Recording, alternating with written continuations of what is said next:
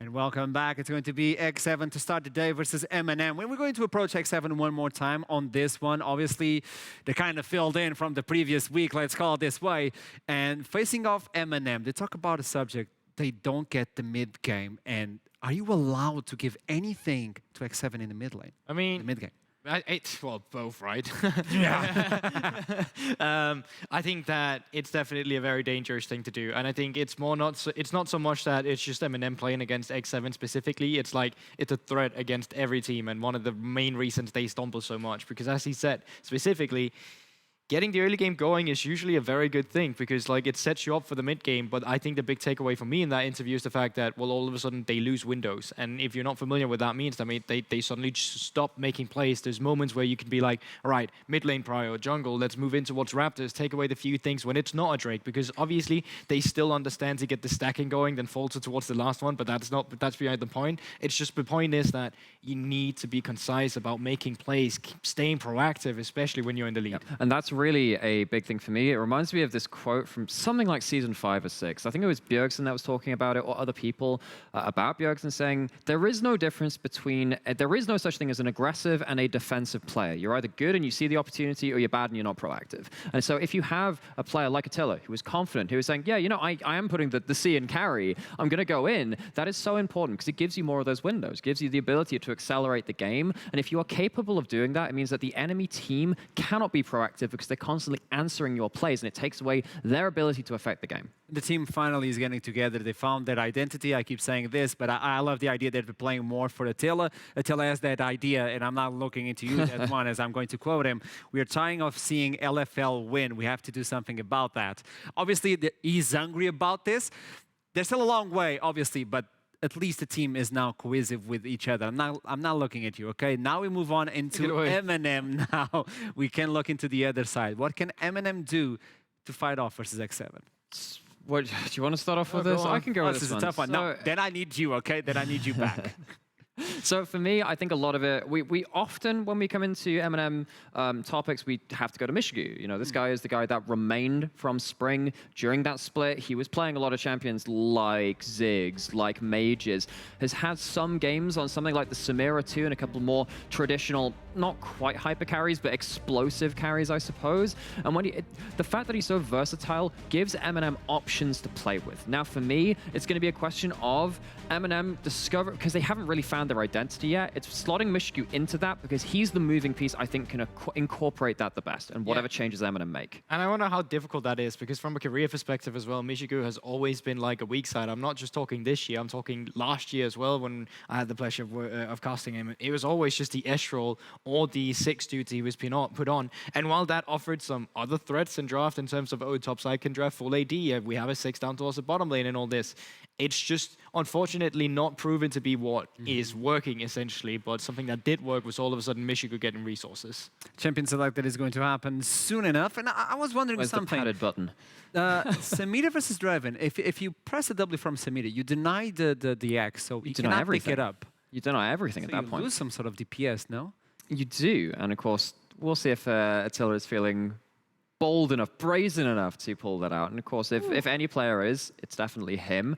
And while all this is happening on bot side, you have to start asking, I actually wonder if MNM have an angle through top side too. We haven't talked about that yet, because Kaylem has had some really good ability to impact the map on stuff like Gangplank and getting huge... Goldborg, yes. Guys, it's Michigu Seraphine angle today. That's all it is. Okay. And I'm done with that. I'm going to press the button. Start the champion select. This button works, by the way. That one works. Well, clearly not this one.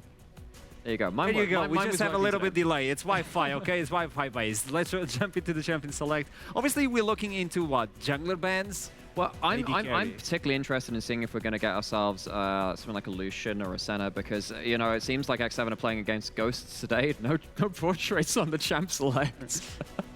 A little bit unfortunate, but yeah, from the ban point of view as well, I do think that while it is a new patch, loads of things are still the same thing, right? Yes. A lot of the power picks are still the power picks coming through, and that right there, that's why I said Michigu Seraphine, right? That gets taken off the board as well, because that's in the past also something he played when you Seraphine are correct, dear sir. Yes. Twitch comes through, kind of speaks to me like you're looking for a Seri pick, and there you have it. Seri just get banned instantly as well. It also means, well, so you have both of them banned, and of course you have the mousetrap to Zeri, where someone goes into Zeri and you go, well, we kind of scale up alongside you, and we have better mid-game options up until very late game.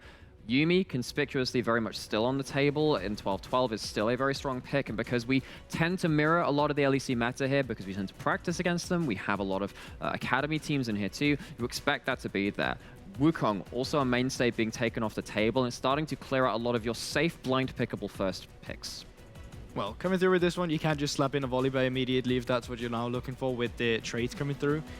So I think that's just quite sensible. We already know what it does down towards the bottom side of the map, and if you want to pressure, well, this is one of the really good early game junglers to pressure with. So now I do think that in terms of that bot lane, you need to start thinking about, well, do you want to think about keeping that Draven on the table? It's going to be the Viego locked in. Viego was nerfed this patch too, had some big damage removed from the ultimate, also a lot of the healing when you pick up those souls on the floor, that's been removed. So the big pop-off moments you have later into the game get a little bit more difficult. But in terms of an early game archetype, Viego is very happy to answer a lot of what Viego does. He's one of the few champions that can actually counter-gank Volibear quite successfully. Yeah, but to that extent, you can't charge a W invisible in E any longer in this patch either, which is actually that's a bigger a lot from the W, a lot from the early game rather.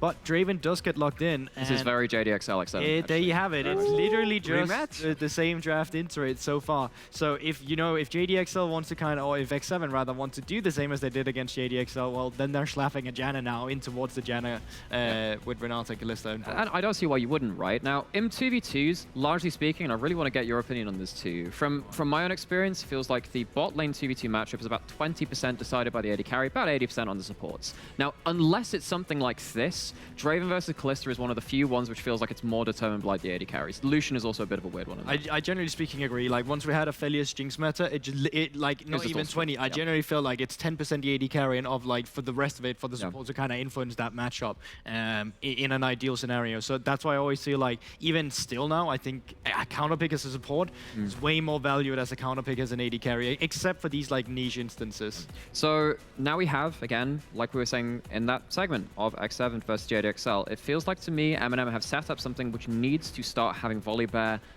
get something towards bot lane. You need to start going down that early. You need to force Draven and Janna off of a wave, maybe force them off of tower, go into the enemy jungle even. Just make sure you're present around that side of the map and making sure that Draven doesn't get to play out the ideal laning phase, which is continually hitting minions, continually keeping your axes up, and continually trading very, very heavily in the early game.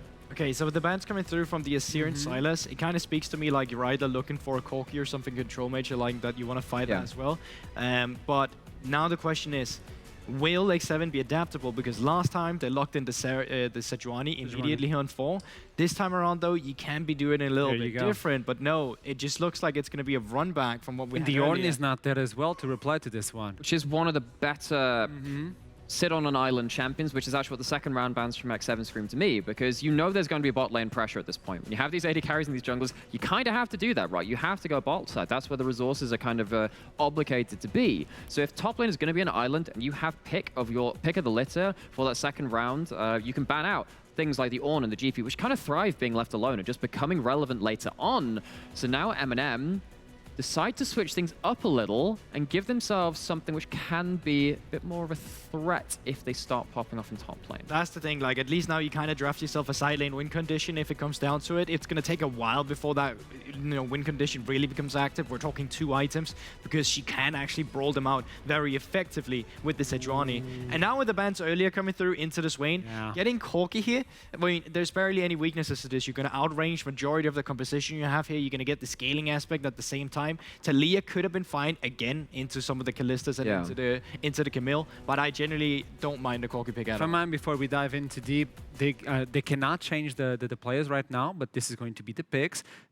We know where they're going to end up, so no surprises on that one. They just cannot change their position right now. So last words before we jump into the first. So I think the one problem with that Corki is that if things do get spicy around that bot side, Corki's not going to be able to help early on. I wonder if maybe an earlier proactive bot could have helped the 2v2 issues, but this is basically saying, bot lane, you are good enough to survive this, and then Tempt is going to come on later on to pick up that baton from you.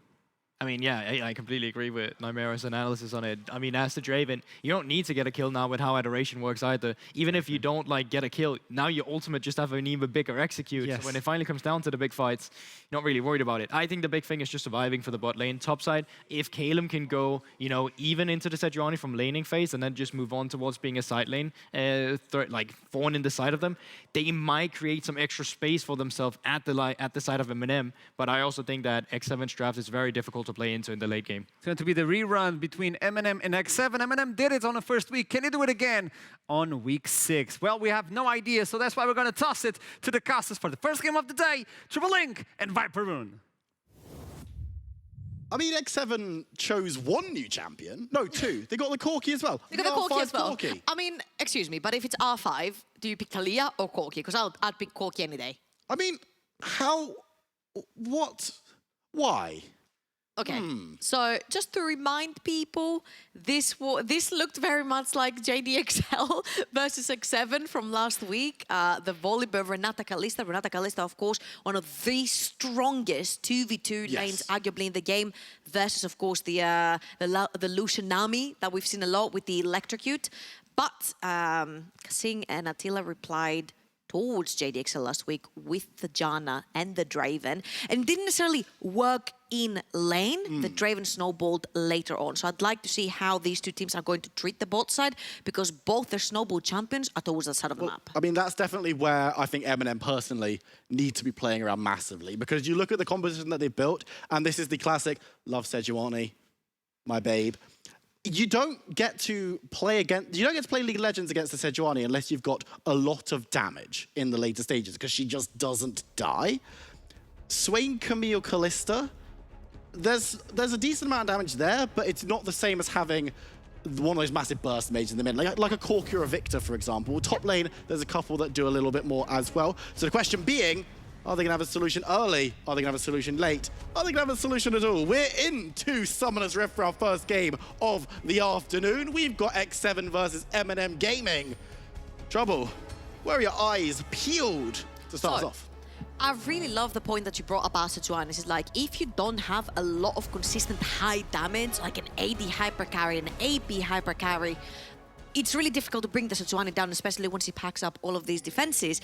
But my argument here is that Kaylem this time has opted to go for a more aggressive top side of the map. He's bringing in the Camille, he's bringing in the Ignite, and also let's not forget our Lord and Savior, best S-tier jungler in the game, Volibear, really likes to gank very early. So do you snowball that Camille? Then the other lanes later on will suffer. Your objective control will suffer from the side of X7, especially if there's a fed Camille on the other side. So I think your big objective here is to actively get Kaylem ahead. Don't allow Chasey to get to that tanky point where he's going to take over the game, because that Kalista is not going to be able to kill him. Now, arguably, if you do put all your resources and your attention towards the top side of the map, you also do need your Kalista to snowball. So here's the problem. When you do have 2 lanes at the complete opposite of the map that really need to snowball to choke down your opponents, you need to pick one of the 2, and I'd love to see what soft and where he's going to choose to go towards, because Volibear beats Viego. Yes. So if we're talking 3 versus 3, Volibear, wherever Volibear is, you definitely want to be fighting there. Absolutely, and something that's interesting to note as well in the mid lane, I want to see how Chimera plays this one out. Yep. Because Swain is a champion that we've seen have a bit of a renaissance in the past few weeks, usually as a more facilitator, does a decent amount of damage and over a long period of time. But you're looking at him for your slows, you're looking at him for standing in the middle of those team fights and doing a decent chunk of work. Whether he's going to be able to play is the answer into this Corki, because I've been speaking to a few players, speaking to a few coaches, especially down in that Division 2 level, where we're saying, look, we don't really have a solution to the Corki necessarily that's as locked in as when we had Azir Corki back several years ago. We've got stuff like the Victor. Div 2 teams are trying the Kassadin as the solution. I think one of my favorite counters ever to Corki was when you would pick LeBlanc into Yes. and you would force the Corki into Hex Drink a first item, which means you push in his power spike a little bit further into time. Sophie's actually going to find possibly Attila right there, but again, I think they mentioned on the desk as well, the fact that Janna is being picked into Kalista, the fact that you do have Glacial Augment as your rune, slowing taking down the Kalista really takes away from her kid, being able to jump around really quickly, get that attack speed going, so you can hop, skip, and jump around and get that very powerful early game. The W is a point-and-click slow. Glacial Augment can be proc from all these tornadoes as well. So it's just really difficult for later on for Mishigu to play that Kalista. Thankfully for him, there are no Taliyas in this game, so there's no rocks that he needs to play around. Unfortunately, there's a Corki, so there are going to be missiles that you can play around a little bit. But it's fortunate for us because the bot lane from X7 and the top lane for X7, we've seen. So we kind of know how these two want to be playing around with these players specifically. Soft obviously going to be able to grab that Rift Sculler because, as you mentioned, the Volley Bear should have run on the Rift early because he knows, and you've got to imagine that MC knows that in the 1v1, Diego's not having the best. Everyone knows Viperoon. Volley Bear cannot be beat on the 1v1 in the jungle. Okay, Trundle is... Play it 10 times, say that I'm wrong. Trundle is an arguable one because sometimes he wins, sometimes he doesn't. It depends on the conditions of the engage. I'm trying to think, who's the strongest early game duelist jungler? Duelist jungler? Like level 1? Like level 1, 2, 3. Who are you scrapping as? Leave it in Twitch chat, guys. Who is the strongest level 1 jungler in the meta right now? Or even if not in the meta, you know? Yeah, just whoever's there. You could, I mean, let us know on Twitter as well. And speaking of Twitter, I'm actually going to hold that point because Sof is going to be walking into this temp. But I think he should be okay on Corgi. He has got the flash available. There's nice flash stung coming on through from Sof. Tempt is going to flash away and get out of dodge. Little bit of miscommunication right there. Chimera wanted to stay with the wave. The wave was pushing towards him. He could have flashed to get that extra damage onto Tempt, but once the claw missed in pulling him back, I felt like, again, there was a little bit of miscommunication with Sof and Chimera, whether they want to go for the kill or not. Nevertheless, Sof's flash is down, and yes, so is Tempt's, but you do really need that flash to make the engages work pre-6 with the Volley Bear, especially when champions like Corki have a Valkyrie to get away. Valkyrie? Is it right? Valkyrie. W? Yeah. Yeah.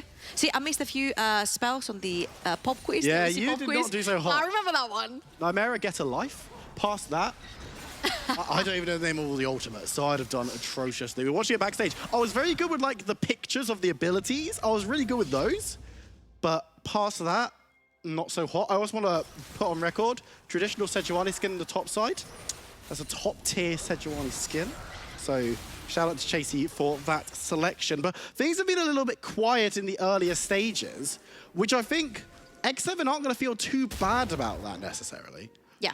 I think for X7, it's more about scaling into the late game, having your Corki, dishing a lot of damage with the rockets later on, because if you look on MNM's side, the only one who's tanky enough to take the rockets is Sof. But you need Sof to be, well, hold on a minute. It's going to be a lot of trouble here. Overextending for that ward. Looks to try and flash over into Dragon Pit. Will be able to do so. Chimera has already used Ghost to try and catch him out. Will land the root. And MNM have got priority in both the lanes. It's first blood Mishigu. But we're not done yet. Kazing moved up to try and save him. He's going to have to flash away as well until he cuts off the pass.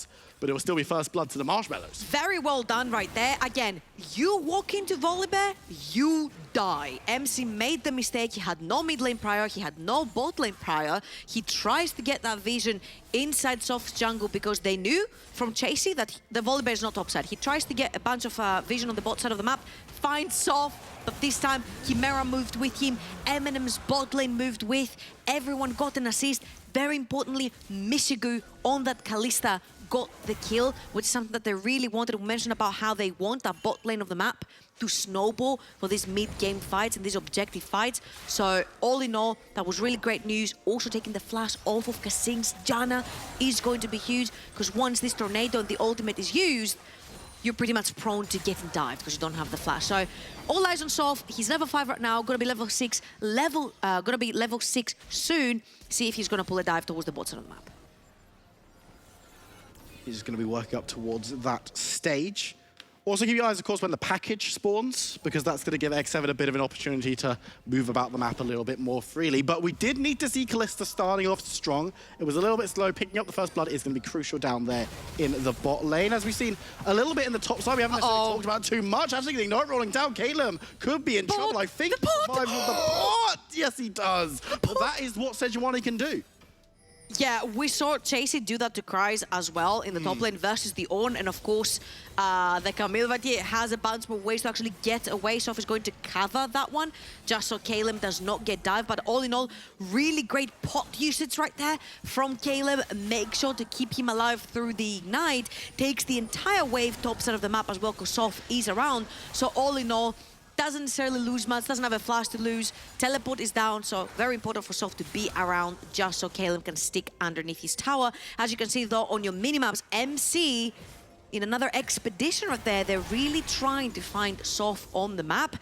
Reminder, when MC found Soph on the map last time, it didn't work out well for him. Well, I think it was more Soph found MC on the map. And then the rest of MNM also Well, technically, found. MC was in Soph's jungle. Yeah, which he didn't really have any right to be there with his lanes as they were. So it's a little bit of a concern potentially. However, importantly, You scared me with that one. word on the street is that we've got some pictures of some pets. Oh. Which is a new revelation to me. Okay, please don't do a Heaper and pop them all at once. Dude, those are some doggos. Oh my god, these are some fabulous Oh, dogs. fab dogs. These dogs have better hair than me. Legit. Yeah, no, true, honestly. Okay, if you could be one of these four, which one would you be? Okay, I think I'd be like second from the left. Okay, I'd be the first one from the left. You reckon? Who are the other two? Because he literally doesn't give an F about this picture. He just wants to look fabulous whilst all the hair's been blown on his face. Yeah, that's kind of true. And the one that's me doesn't understand there's a picture being taken, which is like pretty standard for me. If you ever see me in any photos of like going live tweets, I'm always looking in the wrong direction or just looking a bit confused. But MC again, same time, same place. This time, oh! But it's dragged back by the Hextech Ultimatum, and Kaylem has caught him out, cuts him down. Another goes to MNM. MC, stop going there. Second time, MC is trying to pull the exact same invade to get information on Soph. Yes, they have the general idea that Soph is in his bot quadrant of the jungle, but what are you invading with? Your Corki is even with the Swain mid. Your bot lane is literally backing, so they're not going to be able to come to you. And again, so you see, MC, very deep inside the jungle. He's been spotted by a very clever ward placed by Shredder, if I'm not wrong. And even though their bot lane is actually shoving, MNM have found him first. The fact that Chimera moves on the map first, Soph doesn't even want to be part of this, but that Hextech ultimatum by Kaylem, he's like, I'm just gonna get out of the pit. No, you ain't. The thing that gets me, and this is something that we can all appreciate, as soon as the Hextech ultimatum went off, Chasey did the missing pig in his lane. He's like, oh, And his by MC's the way, like, there's yes, I know there's a that. Camille on the map, guys. It's like, Camille's not in lane. It's like, I know she's stabbing me in the face. However, let's be generous. MC was creating space because in that same time frame, it allowed Chasey to get even further ahead in terms of tower plates and farm. And if we look at gold, even though there's 2 kills to the good for MNM and the first Dragon Infernal is going to be very nice for them, we're still looking at 1k gold lead for X7. Okay, so that is a given, but we mentioned how important it is to get your Camille some kills early in the game. We mentioned how important it is to get your Kalista some kills early in the game. And I feel like the fact that Kaylem actually actively left his lane to look for these picks means that MNM's top side of the map is very well coordinated. Yes, there was a hiccup in the mid-jungle duo on the very first gank, but after this, I think Kaylem has been playing his lane stellar. He left because he knew there was maybe even a plan for getting tower dive because there was a huge wave shoving underneath his tower. So he went towards the bot side of the map to try and find a pick. Now, my question right here is how do MNM actually approach the situation? Because this time you do not have bot lane prio, and Soph might actually even have to ult or flash out here. He needs to be somewhat wary, but is able just to walk away, doesn't have to burn any summoners. As X7 asserting numbers in the river, maybe looking towards the dragon. And if you look top side of the map, Chasey has his teleport available. Kaylem does not have his yet. I do not think this particular dragon is one for MNM. Are they going into it though? They might have got MC in a little bit of a choke. Oh, double knockout as Shredder hits the ultimate. Attila flashing over the wall. MC follows him. X7 needs to be careful. There was the charge in the mid lane tower, which will do them good, but Kasing's going to be caught out a little bit. Looking at the knockout, getting the flash, but he's caught by the claw, and so is MC. Soph is raging forward, but takes a whole heap of damage as the ult away in the the end. There's still free hitting going on. Ultimately, MNM get the charge mid for some gold, and now they can turn towards the Dragon, but Tempt's coming in. Very importantly, Chimera, 0 mana. Soft, 0 HP, no ultimate. Tempt, full mana, full HP. He can sit there and throw rockets all the time. I felt like Chimera, again, a little bit disconnected from his team. Yes, he went all in for the kill, but then that made Soft follow, and Missigu tried to follow, and Shredder tried to follow. And the dragon is still there. That was the initial objective, right? MNM has one dragon. They want to start stacking them. They have the Kalista. They want to snowball ahead, which means you stack these dragons to get the good ones later on. Because if this one is a Cloud Drake, that means you're getting one of the juicy good ones after as a soul that are going to benefit your composition really well. And again, a little bit of a question mark here in this game around Chimera. I feel like mid-jungle duo have not necessarily impressed me so far. It feels like they're on a completely different page. Soft also lost his flash and ultimate in this fight as well, which was very crucial because then they couldn't just turn around for Dragon. So yet again, we're looking for priority in lanes. We're looking for items. Relays completed for Chimera. We do not have item on the AD carries, and this time it is Kaylem and Chasey actually walking towards the bot side of the map for the fight. And this is going to be crucial. This is going to be the first real main engagement that we have this game as MC goes below half health. Dragon and Soft doing that one with the bears. A whole heap of damage. Chasey secures the first kill for X7 Esports, but they need to be somewhat wary as MC still below half health. Needs one with the smite. Shredder moving forward, getting the damage down, but MC is able to just move away. Tempt with a flash. Kaylem playing Bouncer as they force Chasey back. Takes a whole heap of damage. MC's now going to try and scrap forward. Won't be able to find the Dragon. Second one goes over to MNM Gaming. As X7 lick their wounds. They grab themselves the kill, but they lose the objective. Again, you see how scary Kaylem is when he joins these fights. Everyone just jumped or flashed away the second Kaylem jumped in with his Camille. They want to 100% absolutely avoid him. He does have his Under up and available for him as well, so you definitely don't want to take this fight. This time, he is going to get spotted, unfortunately for him. But remember, he does have the jump and he does have his ultimate. Now, if we will look at this fight again, Soft, no ulti, no flash onto this Volibear, no teammates nearby. So even if you do get that stun onto Tempt, there is nobody to follow. You do not have Renata ult, you do not have Kalista ult. There's literally no follow-up. But again, once Kaylem joins, everyone's like, okay, boys, we're battling. We'll take that one kill, let them take this dragon, and we'll fight later on again when that Corki comes online. And for X7, it is a case of just saying, look, we can, as you mentioned, we can wait for our members to come online. We're not in a big rush to get this one going. Pretty rude of them. I might have places to be later. I don't care. MNM drafted early. They were like, yeah, Viper might have a dinner reservation. We got to get this game rolling. I don't know if you remember the LEC comms with Jankos, where he was like, have you ever had this, guys, where you've got a date to go to, so you really want that game to finish quickly? He's like, yeah, no, me neither. Now, see, that's the... the real tech, as MC goes over the wall to make sure I can tell his story. He's there again. It's not He's at the same space again. Yeah, but this time he gets away. For me, and this is something that my French critic play League of Legends used to say, is imagine there's a girl at the door and she's like, bro, let's go out on a date. And she's the perfect woman for you. But you've just won a team fight and you're pushing down mid lane. What do you do? I would team fight. You've pushed down mid lane. You win the game because League of Legends is life. Exactly. Relationships are temporary. I don't have life outside of League of Legends, so I would definitely go for that team fight and get the W and the free low. Exactly. I don't get elo, so you know. Right.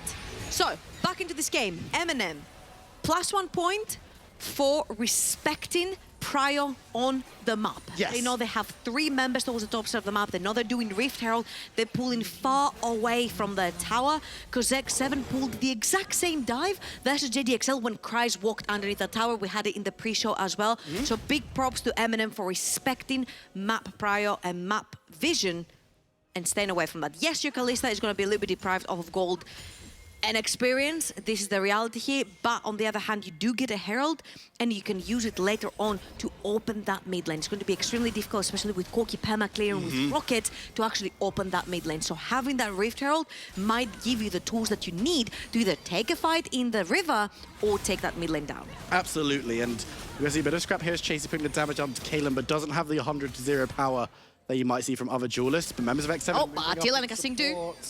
So the 3 of them definitely have the damage to take down Kaylem, but they've been spotted out on a couple of wards. Who the Pigsting's actually going to be going unseen, but Attila just going to show up with the damage coming on through. Kaylem's able to just slide away. The ultimate's not going to be... No! What? Attila flashed! Attila flashed for the pullback. That was absolutely disgusting. And I would love to know in the replay how much gold he cashed in, because he had farmed 160 minions. And I'm getting flashback from last week where we mentioned Draven, Janna are not necessarily a duo that beats Kalista, Renata. It's more to neutralize that Michigo might die in a 1v3. He's just taking down. He's taking the 1v3. Will go down. Michigo's going to have to dodge away. I believe heal was actually used to stay alive. They will take down the ball. But that was very, very close. And meanwhile, space creation, Tempt gets mid. Look at the other side of the map. We have mid lane being taken by Tempt. We have two waves being pushed on the top side by Attila. And again, production, if we do have that replay of Draven taking that kill, thank you so much. Yes. I'd love to see all the ka-ching that's gonna come down. Again, Kaylem right here. The wave is shoving towards him, but he's playing a little bit too aggressive, not knowing where Attila and Kasink are. And even though he does dodge the Sejuani ult, beautiful flash at 1,183 gold. That's a lot of money. That's almost BF sword money on one kill. Oh, no. That's outrageous. That was 1,183 gold, I think, minus the 300 that you get for a kill. So that is more than a BF sword, which he does have in his inventory right now. Of course, 14 seconds before the Dragon, we mentioned it, you can't use the second Rift Herald to open mid lane or get priority in the river. You know what? MNM are gonna kill one tower. No. 2 objectives with 1 stone.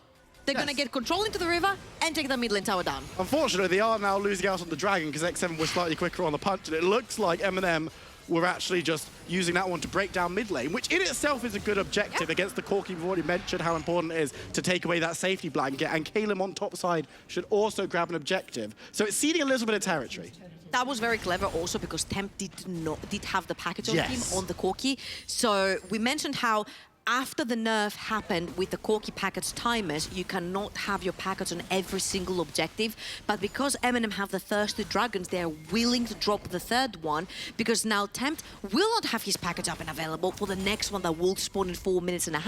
So they can actually contest, take that one and get soul point for themselves. So really clever stuff, really clever movement so far on the map from MNM. You also see that Kaylem is banking in even more gold by taking that top lane tower to himself. And if you look all across the board, we've got pretty good items, I would say, coming through, especially from Chasey. Went from the Gauntlet to the Frozen Heart. Really important. You lower the attack speed for Kalista, you lower her mobility and the damage output that she does. And it's the same thing for Camille, right? And even though Camille doesn't necessarily abuse her auto attacks as much as Kalista does, you do have a bunch of armor to play against too.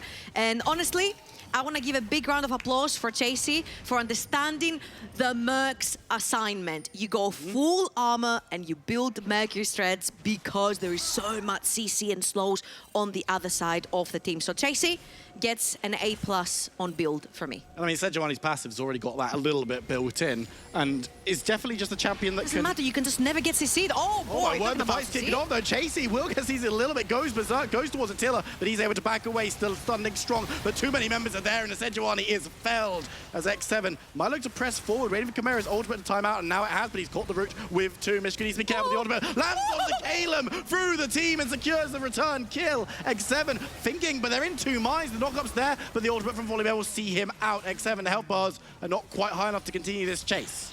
Kaylem got collateral damage right there. He wasn't even in this fight. He wasn't participating. He was just backing to go back to base and try to get his HP bar full and healthy. But because everyone flashed away, he was the recipient of Draven's violence right there. And again, if we see this is a very good engage onto Kaylem. Again, remember, this Camille makes it really difficult for X7 to play the game, especially if they get locked into her ultimate. But Kaylem is able to get in, tank so much, and also get out. Chase is gonna pay with his life in advance. And here's where MNM should possibly back off. They do get a really pullback from Chimera, but you mentioned it, when the Swain doesn't have ultimate, it's really difficult to play these fights. So when everyone flashes away from the Draven ult, Kaylem is like, guys, yeah. MNM is also split into this fight whilst X7 are bounced up together around the Draven to make sure that he does have the space to play with. So all in all, it was a 1-for-1. Very importantly, Attila is cashing in extra on the kills, plus he's a big late game threat due to the fact that MNM do not have insanely tanky champions in the front line. Yes, Volibear is tanky, but he's not as tanky as the Sejuani is going to be, and Kalista's going to have a lot of troubles taking Chasey down. And I mean, it's very interesting because we have on these two teams right now, the assignments have kind of been fulfilled by both. MNM, we said, look, we want to get Camille a couple of kills. We want to get Mishigu a bunch of kills on Kalista because that's what's going to be needed going into the mid game. They've done that, right? Kaylem's only got 1 kill. Maybe we'd like to see a little bit more, but Kalista's definitely cashed in. And look at the top side of the map that we're looking at right now. How many red wards do you see? Because I see 1, 2, 3, 4, 5, 6, 7, 8 wards from the side of MNM. Chasey's going to pop his ultimate right there. Takes a whole heap of damage. Chasey now going to move forward. Chimera on the side looking towards Temper. He's able to flash away, but not too long as Chimera will chase. The Rylai's slowing members down because he needs to be careful. They dive onto Chasey. MC's looking for a flank. Can't find it just yet. There's so much damage. Tiller's going to cash in once again onto Kaylem. And Soft ults in the middle of the fight will be able to help the double kill for the Draven as he marches forward, looking to Mishigu. Will be able to find him. He's actually bailed out and does survive, but it's more. It's a quadra for Attila. Can he find it? Chimera's doing his best. He has enough to take him down. Chasey falls. Swain is draining. Triple for him. The teleport's coming through. Who's it going to be? Tempt looking towards Swain. It's just the mid laners standing as it's going to be the chase on. Tempt sniping the big ones next. Will he be able to get the kill? The minions in the way and Chimera sidesteps. What a fight. Only the mid laners left alive at the very end of it, and Tempt was actually able to port back NTP back into the fight. What an absolute cluster of events in this one. Both teams so hungry to start a fight, but they don't necessarily have the correct tools to do so. So as you can see, Mishigu all the way in the mid lane, he's baiting everyone. Kaylem is going to jump through, but Chasey misses the ultimate on the key target, which is Kaylem right there. Hits Mishigu, who's all the way in the back line, and they can't follow up. And Chimera is tanking for days on this Swain. Keep your eyes on the minimap in this replay because the ultimate from Attila is just about to come back, and it casts in on 2 more members, taking us back into live action because this is going to be so point if MNM can secure this dragon. But if X7 do, they will even things up as X7 moving towards it. Should be taken by MNM. There is no real contest. MC doesn't have access to the Ocean Dragon until it gets caught out. Chimera moving forward, and we already know what he can do in team versus. Attila's taking below half health. Needs to heal to get away. Chimera standing strong in stasis, healing up. The damage is going to be thrown back towards him. Attila needs to be careful as MC ults over the wall. MNM going low, though. Attila, I've seen you ult these before. Are you going to look for it? Potentially not. Okay, so yes, Chimera's decision-making was a little bit dodgy in the early game, but the way he's playing the Swain in these team fights is stellar. Yes. The fact that he is in the front line, the way he hovered and hugged that wall. So even when people were trying to walk behind the wall towards their own jungle, they would keep getting slowed by their allies onto the Swain, not allowing them to get away quickly. So far, Chimera Swain has been so huge in the team fights, creating that space around Mishigu, making sure that everyone does stay safe. So all eyes are on this Swain. If Chimera goes down, MNM cannot fight these fights. And we talked about Chimera facilitating on this champion. He's facilitating his team to still be in this game right now. And that's not to say the members of MNM aren't doing their job. Soft needs to be a little bit careful by Chasey. So much damage. He's going to ult away, but the follow-up's going to be there. Chasey goes berserk. The ultimate from Attila won't get the kill this time around as Chasey is actually burnt very, very low. Okay, what was very important right there, that was really interesting. I just looked at the Renata ultimate onto the Draven because we're always saying, well, if you're going to auto-attack once and then you're going to walk off of your axe and you're not going to hit people as hard. He walked twice into his axe and hit people 3 times with the axe active, so this is important. And what else is important is that X7 are taking this Baron, but there's Corki. X7 needs to be careful. I've seen them throw here before, but the package is going to be used to disengage members as Chasey is holding the line. Baron is secured by X7 Esports. Do they want to take the fight or do they just want to cash out? So will be taken down. Attila's going to cash out the first kill of the fight, but now members of X7 going a little bit low. Chimera has access. It's a shutdown for Mishigu as he's chasing on, looking towards Sejuani. The knockup will catch everyone but the Kalista, who's going to be dissuaded by MC, but might still chase forward. Kaylem's there as well, looking for access. Going to get knocked aside by the axes. Finds Chasey with the ultimatum, secures the kill. Mishigu now finding more, looking for Attila. Should have enough Ren stacks to secure the kill. Will get it. And the shutdown as well. Kaylem looking for kissing under tower, but can't find the knockup. X7 get away, but only with Baron on 2. Ooh, really good punish right there by MNM to actually find 3 kills and take 3 Baron buffs off of X7 so they can at least not use it for split push. Your Corki and your Sejuani do not have the buff. It's only your jungle and your support which will be grouped up together. So that is pretty much very defendable from the side of MNM, whichever lane X7 chooses to go to. Let's look at this fight again because this is the perfect Baron to do here. Sofa just used his ult. He has no way into the pit. And also Tempt has package, which means you can cut down the entirety of that Riven in half and not allow MNM to enter, which is what exactly happened. But Tempt oversteps. The handshake from Renata was really strong. Soph also engages onto him. They keep pulling him back because Tempt kept overextending in this fight. And then once you're running away, Kalista is one of these champions that will chase you down. Again, Kaylem still has his ultimate. Very nice axe right there from Attila to sort of stop the advance from Kaylem, but it just wasn't enough. Once the Kalista is allowed to pick one on one and not necessarily be into this fight where you're scared of the Corki rockets like you mentioned, Misigu can be unleashed on the map. 7, 1, and 2. And let me remind you, last time these two teams met, Tempt had just come back from Korea the day before. It was week 1. Misigu was on Samira, another early game champion that likes to snowball. And Shredder was on his Nautilus with more than 90% KP on that game. Same story is being repeated here. 8 out of 11 kills key participation for Shredder. 7, 1, and 2 on the Kalista for Misigu. Is this bot lane enough to carry the game? Well, you've got to hope so if you're an M&M fan. Of course, we say that, but Chimera is also being an absolute monster on the Swain, so it's not necessarily just on their shoulders, but X7 in this game, macro-wise, might have just about shaded it for me so far, and they're trying to utilize that as well, but Attila's going to be dragging on the tower. Taken low, has to flash. Kasing's on the side coming in to give some support as Chasey goes berserk, but will be able to move backwards. MNM might be looking for a flank. They've got stuff, they've got Michigo. The ultimatum lands onto the ball once again as Chasey goes low. They're looking for Attila though. They're looking for access. He's already gone as MNM have opened up this fight, looking for more. Triple for Chimera. He looks for more. Quadra, is that it? He's looking for it. He's behind you. He's on 1 HP. This was literally the pentakill denied from Chimera. And again, questionable early game decision making. But all of these mistakes matter not. 7, 0, and 7 on that Swain. Creating space, doing damage, protecting your carry. Chimera is playing to absolute perfection. And MNM are going to wipe the board so far with X7. Going to take that mid lane. They can actually choose to take the entire jungle. But most importantly, they have 3 dragons. This is going to be Ocean Soul on them. And something to note as well, we talked about this a bit earlier. Chasey got the assignment, Merc treads into armor. That ain't really helping with a very fed Swain. Maybe he needs to change the assignment a little bit. Bit of an update there.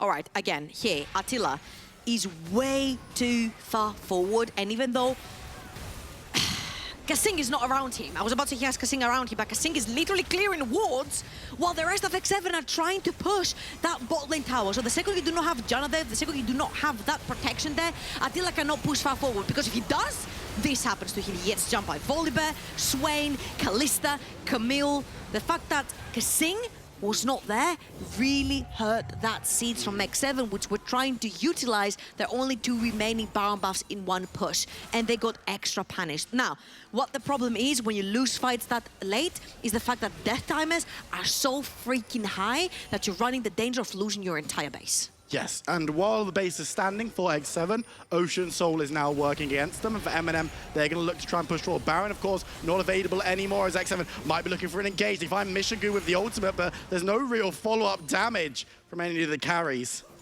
I'm going to put a pause here, because this is where MNM usually make the wrong decision and throw their leads. They did it 3 times back to back 2 weeks ago. 3 games where they had a massive lead and they threw it at this particular point. And even though you might think, yes, okay, but the 2K behind, when it comes to map and tempo and soul and going for Baron, they have everything going for them. It is so difficult for Corki to play the game when you have Ocean Soul. He's going to poke, you're going to heal it back, which means you diminish a lot of that damage and style that Corki brings into the fight. So all in all, I feel like MNM have all the tempo for themselves right here, and it's up to them to lose this game.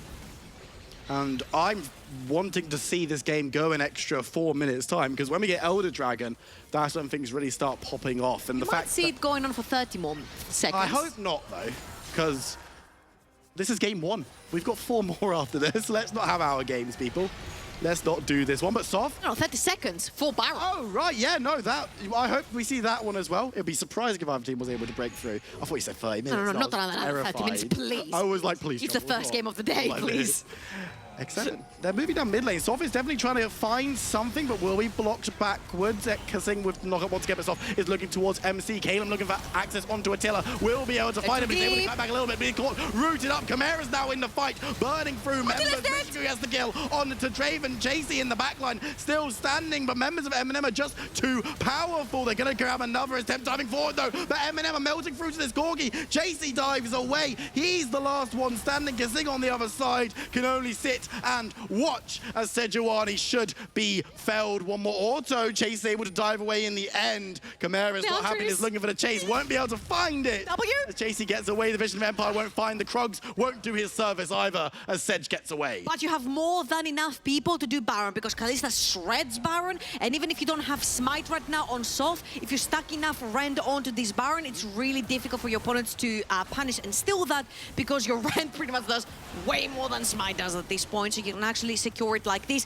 Again, the team fights for MNM started and finished by Chimera. He's so strong, no one can take him down. And even though Kaylem actually overextends in this fight, Chimera is zoning 4 members from the side of X7. I almost said Riddle, because I mean, if he's carrying Riddle, that'd be very impressive. Yeah, no, it's at the top of the screen. Riddle Singularity, apparently. My Singularity are playing well this game, aren't they? I mean, if they sign it's this... a comeback, baby. Something that I'm really loving this game, and I know that we're going to have a team fight any moment, so I will be cut off, but this idea that when we see teams that are nearer the bottom of the table, we often see one player stepping up. Like, we talked about Banderas in the pre-show, right? He's been really stepping up. Everyone on MNM is stepping up this game. This is a different level from what we've seen from them, not necessarily this split for a long time. And look at this as well. They're literally sinking their waves so freaking well. Pushing at the same time mid lane, allowing Kaylem to create pressure on the tops of the map. He has the waves with him. He has the cannon with him as well. And they're trying to look for picks in between. Soft has found Chasey. And Soft will also be found by the rest of X7, but should be able to survive. He's a big bear with a lot of help, but he gets taken down. Tempt with the execution. MC goes to bear. Not again. Viper, not again. This is MNM time. This is where they're in the lead. They have their Baron, they have their buffs, they have all of their items, and they do one mistake, which gives them 60-second timers, and they lose the game. Soft already down. We mentioned how Draven is going to be very important here in being able to throw damage in, because the only tanky member you have is Soft on that volley bear. And if he goes down, your engage still goes down with him. Crucially, Soft will be up 30 seconds before that Elder Dragon spawns, so he will be there for the ensuing fight. You get your wish. I will get my wish, which is excellent, and I think this fight will be endemic on who wins the game. Not who gets Dragon wins the game, but who wins this play should go on to win the game, because the bases are open enough. We've got a bot lane inhibitor tower open. X7 have nothing outside of their base. So taking this objective, when you've got stuff like the Corki and the Draven, even against Ocean Soul, 1, 2, 3 hits, Elder Dragon's going to take care of the rest. Looking on the other side, MNM already so strong, and catching out 5% of the health bar of Sejuani is a lot of HP. Kaylem, watch Kaylem. He's gotten in completely unspotted. His sides are on Attila. Soft is on the side as well. MNM are flanking from 3 different dimensions. Gonna have to walk over the... Directions. I mean, there's lots of dimensions in this game. As Soft is now going to be kept at bay by Chasey a little bit, but Kaylem, as you said, unspotted. But MC catches him out. This is going to be the fight. Chimera pops the ultimate attempt, easily moves away, though. X7 are just going to play around the distance, but they need to contest this objective. They're fighting tooth and nail as Soft dives into the middle of the fight. X7 go berserk on each other, but it's Soft who goes low. Kaylem's in the backline, finds MC. Attila has fallen, and it looks like Corki's going to go the same way. The fight is won by MNM. They only lose Soft. Can they end this? They're tipping in, actually. Kaylem is tipping in with the mid lane wave. They also have Michigo coming in with the Kalista. There's so much AD continuous damage to go into the base, and it's only Sejuani and Ajana. 35-second timer for Attila, 30-second timer for MC. I do not think that X7 can actually defend this. Janna might not even be able to get back. Renata's found him, so Kasing is left to the win. Chasey versus Free. The minion wave isn't that big, but I don't know if it's going to matter over much as MNM Gaming take down the first tower. They're ignoring Chasey entirely. Kaylem Kaylem might pay for it. Takes down the second tower to stay alive. And just like that, MNM Gaming with the upset. Take down X7. Holy moly! Every time we've talked to any MNM member, they're like, we're playoffs contenders. We know we're good. We choked 3 games in a row when we were in the lead. That proves to me that the practice has gone in and they're not choking anymore in these late game fights. I felt like for MNM, there's always been a team with a very clear plan. The second they go into the rift, get that Kalista ahead. It happened. Get that Camille ahead. Camille couldn't get kills in the top lane. Kaylem roamed all the way to the bottom of the map to punish MC for overextending in the jungle. And Chimera waited for this 2-item power spike, and from that on out, he dominated every single team fight. And I'm gonna pose the question to my desk as well.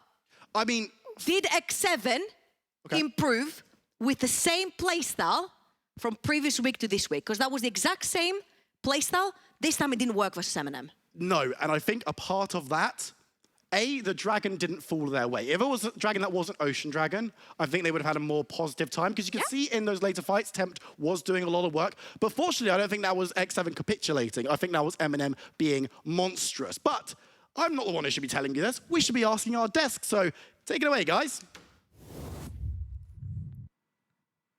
How the tables have turned. Double regicides! The Kings have fallen, and the Kings have fallen again. MNM takes down X7 in a beautiful game. How do we start this one? Should we start with the Well, surely they're the best team of the league right now.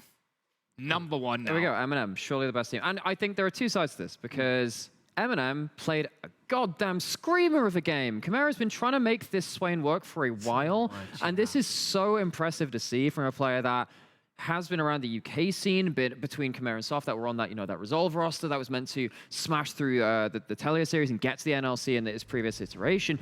This guy has done so much. This started off very close to fair, though. Yeah, and I feel like, personally speaking, I heavily underestimated what Chimera was going to be able to pull off from Swain in the late game. I was like, what? Other team has Corki. It should be a walk in the park.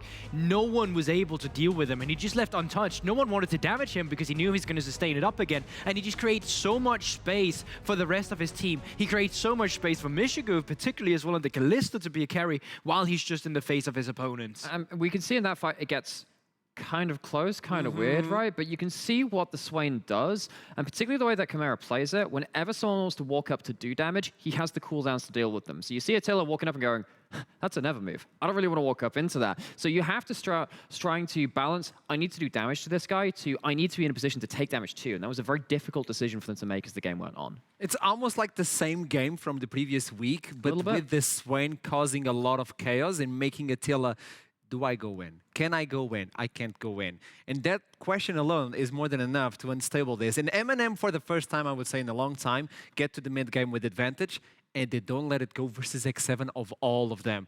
I think we have a big play specifically, another quadra kill, by the way. I think we had 3 of them in this game. Guide me through this one, because this is important. Well, I'm not sure if X7 have really improved from week 1 to now. I think that they've really been making the same mistakes. Sorry, we're allowed to say that one, but X7 came into this confident, and this is the problem with some of that confidence, right? We talked about this in regards to so many different teams, and now it's fallen to X7 as well.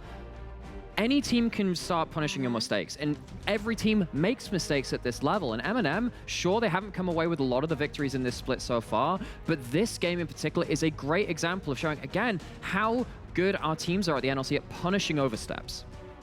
And I feel like, it's a glory to behold here from MNM. I, once again, really did not expect this one, them being able to throw such a curveball.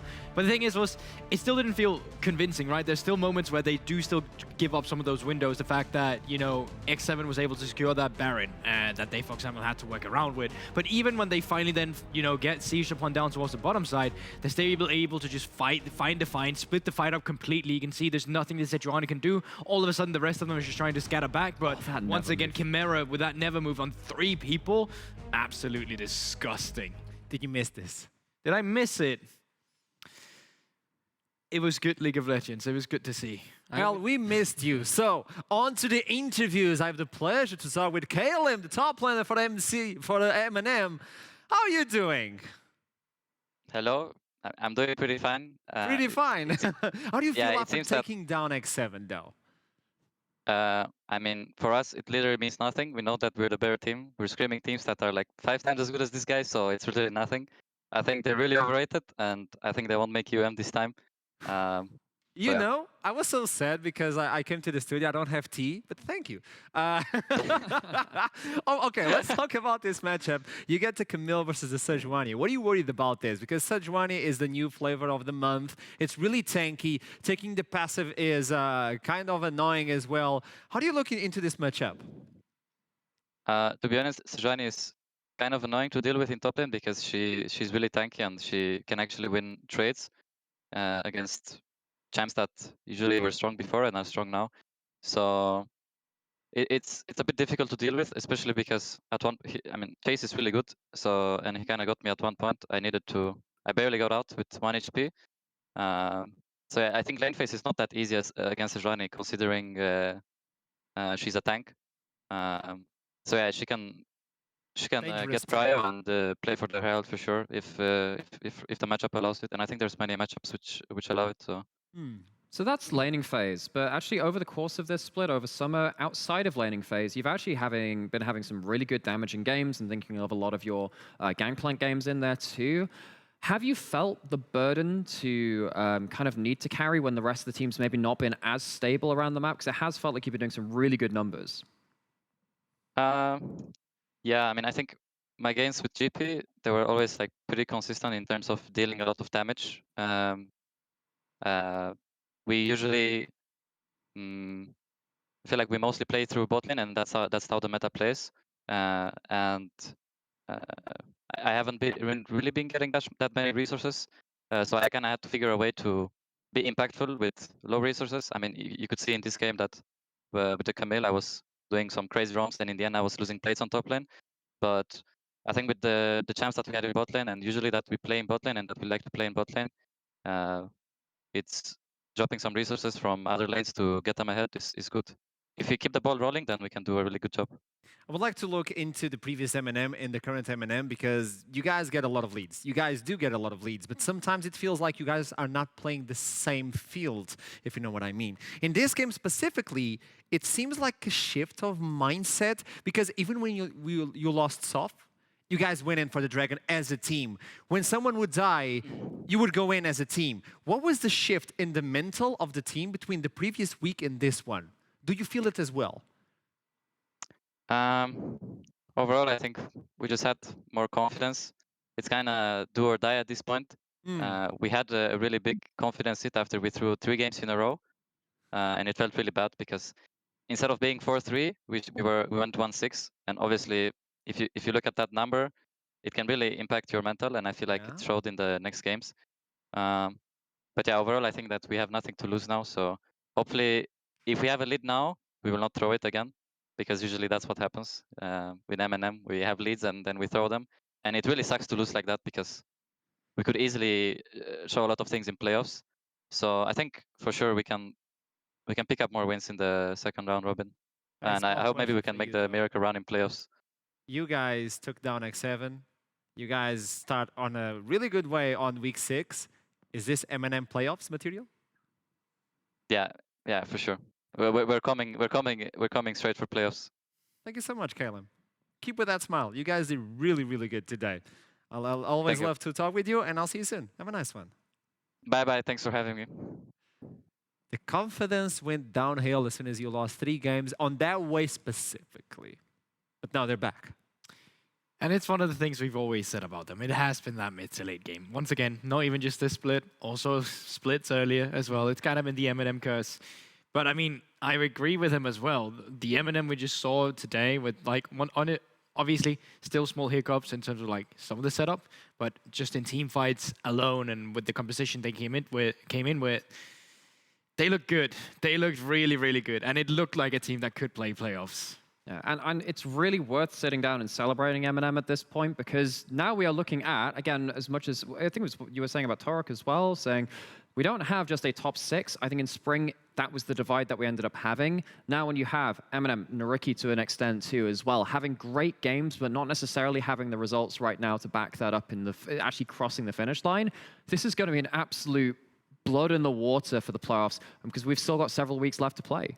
It's a bloodbath. And I know somewhere in the world, Jamada was like sleeping. Like, MNM is back. I know somewhere Jamada is there. Now I want to talk with someone on the other side, on the X7 side. MC, welcome back to the show. That was a rough one, obviously, coming in from a victory versus JDXL. Can you guide me through what happened that led into this sort of result? I think majority of it was on me. Like today has been kind of a bad day for me, so I haven't been communicating and playing as well. But I think we've also made some mistakes as a team in like mid to late game. Obviously, this could have been an easy win, but I think I would take majority of the blame for today. Okay, but it's a team game in the end. And you brought in the Viego, and Viego was kind of tweaked as well on this patch. Why did you pick Viego? Because you didn't have another option, or this comp needs Viego? I think Viego's flexible. He's although they technically nerfed him, those nerfs doesn't do much for the champion. And he kind of works with like all team comps. And since Wukong and Volibear were out, like your best options are Viego or maybe Lee Sin. So yeah, that's why I went with Viego for today. Yeah, I can definitely see the logic of the role that the champion provides. It does similar to actually what you were doing last week against JDXL. Very similar game in terms of the drafts and therefore kind of the game plan which comes alongside it. Now, obviously, MNM brought out some different stuff as well to kind of adjust to that. They brought out this Swain. Do you feel like this is a kind of game where you could have brought in more from that victory of JDXL? What changed between those two games if they were quite similar on paper? I think again, I was more active, and I was also. I mean, Wukong is a champion that you can do much more than Viego because you can engage. He can bonk and he can spin. I've heard. Yeah, exactly, and you can win like most of the 1v1 fights against most junglers. So Wukong is just a better champ, but also with how I've been playing today, I don't think the champ would make a difference alone. So yeah, I think it's those two reasons. Okay, it seems like it affected you really, really hard this game, and I want to know a little bit more about, you see the Swain getting a little bit of advantage and causes a lot of chaos in team fights, but you guys were still going at it. Where did you feel like there was no coming back from? Honestly, yeah, the whole game I felt like we always could have won, even late game when they got sold, like Draven was fed, Corki was fed. I think when I felt it was lost is when they beat us in the last team fight, and they could just end mid. But throughout the whole game, it felt winnable because my whole team was, performing well. Now, my last question for you, MC, is looking into the standings, and even though a team like MNM that is not on the top 6 defeated you guys that are looking menacing, is that really a top 6 in the ladder right now, or does anyone can go into playoffs and you need to fear anyone? I think we just fear anyone, honestly, at this stage. I think JDXL is obviously, I think, the uncontested top, like the first tier. They're good. Yeah, but and but the others, I think we're all the same at this stage. Yeah, at least. Okay, thank you so much for this one, and be easy on yourself because you're the beast. Thank you. You know that. Thank you. Thank you so much. I'll see you soon, MC. Have a nice one. I like this guy. I really like him. Yeah. So it's really rough for me when I see him like, oh. Yeah, because it's definitely a bit of a mixed match of personalities over in X7, where we know that MC there is actually takes a lot of it on himself. There's a lot of that responsibility, which is sometimes quite rare to see at this level of play, and at other levels of play within esports too. It can get a little bit weird because you got a lot of people who are very good at video games, and that part of the ego gets built up with that. Now, a person like MC saying, actually, you know what, I'm going to take a lot of this on me. It's a maturity. You just got to make sure that he's holding it together too, because we know he has a very high upper ceiling. You're looking at me like, I mean, I agree. It's. I do have your own intake. Yeah, okay, but I could give my own take, but I could also just say, well, you know what? I did agree with Nymera. I genuinely feel like, it's tough when you lose, right? And of course, if you go 0-5 like MC had on the scoreline on Viego, you're not going to feel good on it. It's very easy to just hone in on the KDA and just be like, oh, wow, that was all on me. But in the end, like, surely there's call that led to it, right? There's a team decision where, okay, we went to this. But that's not to say that he played it perfectly either, right? I won't lie. There obviously was a little bit of a lesser performance coming out from MC today, but in the end, as you said yourself, it's a team game. See, what a lovely input. Yeah. But now we actually have to revisit something that we said pre-game and something that we know of X7 in general, which is, you know, this is a very confidence-based team. It is a momentum-based team. They were coming in on a win streak. That is now broken. Now, for those of you that haven't tracked X7's, the W has now been, the WarioWare has been smashed. What do we do? What do we do at that point? But for those of you that haven't followed X7 before they joined the NLC, now they used to play in the UK scene as well, and Viperian would have cast a couple of these games with me. But we were casting this team when they were qualifying through into UK EL, which is NLC, then UKLC, then UKL, qualifying into that. So far down the ladder. But X7, even back then, with different players, with completely different everything, was still confidence. They were arrogance, but in a very cocksure way. They were good at what they did, until the first couple of losses happened and things started to go awry. So it's very interesting for me to see that reincarnate with this great ballsy attitude, but with this certain flaw in there too. So they're going to have to recover from this, and I'm very interested in seeing what the next step is now. That's why the split is always going to be interesting. So let's take a look into the standings after this game, after this surprise, after this amazing match. X7 are on the second part of the standings yet again, and MNM still have a long way to get into that position. They need at least 3 wins, and everybody else needs to not win. Yeah, I mean, it's for sure getting a little more spicy now with the playoffs. You know, we had so many teams just being stuck, shared on 3 with that 6 and 4. And I think throughout the day, that's just 100% going to move right. And we're going to be having, you know, a clearer schedule. I mean, even going into the next week in terms of like what the playoff race is going to be like. I think we're looking at a very defining week this time around. And that one loss, you can see that there, -3. 3 places in 1 game.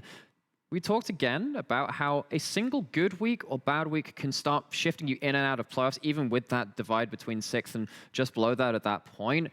Consistency is going to be key. I completely agree with what Goldberg said earlier. Okay.